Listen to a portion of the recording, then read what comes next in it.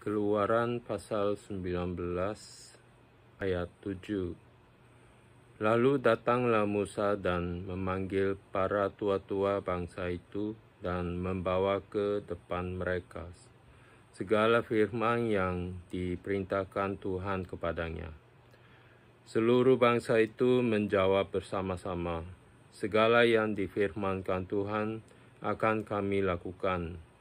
Lalu Musa pun menyampaikan jawab bangsa itu kepada Tuhan.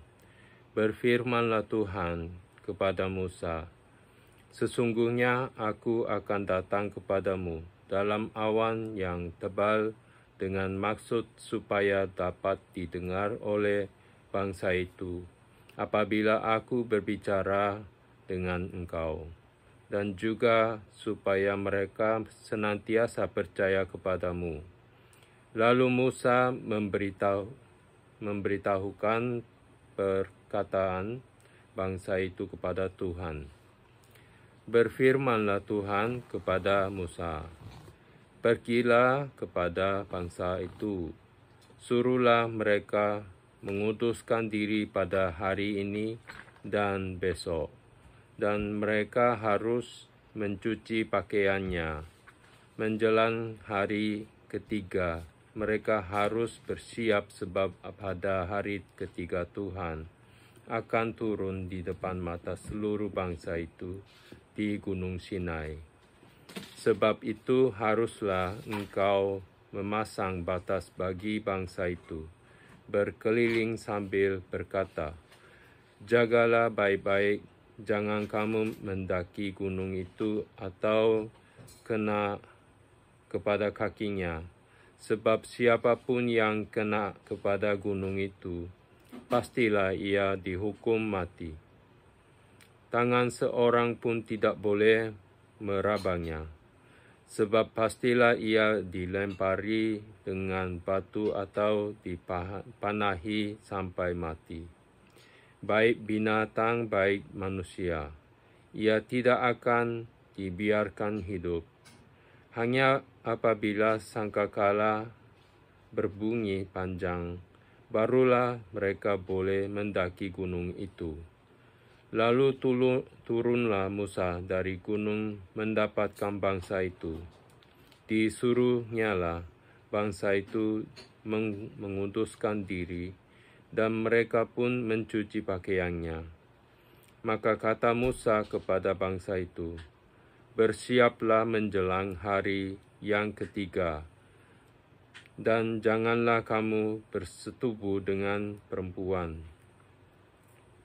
Dan terjadilah pada hari ketiga, pada waktu terbit fajar, ada guruh dan kilat dan awan padat di atas gunung, dan bunyi sangkakala yang sangat keras, sehingga gemetarlah seluruh bangsa yang ada di perkemahan.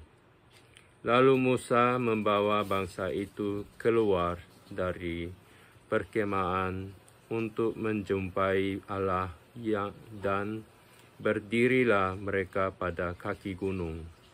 Gunung Sinai ditutupi seluruhnya dengan asap, karena Tuhan turun ke atasnya dalam api.